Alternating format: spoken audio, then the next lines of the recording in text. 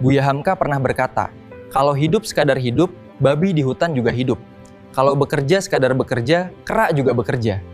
Pepatah Minang juga mengajarkan, hiduik bajaso, mati bapusako. Pernahkah Anda bertanya, apa arti sesungguhnya dari hidup ini?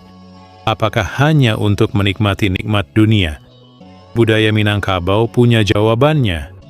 Hiduik bajaso, mati bapusako. Hidup untuk memberi jasa, agar dikenang setelah mati. Manusia berbeda dengan hewan. Kita meninggalkan bukan hanya harta, tapi nama dan nilai yang abadi. Di zaman modern, ini adalah tanggung jawab kita. Berkontribusi sosial adalah kunci kebahagiaan sejati.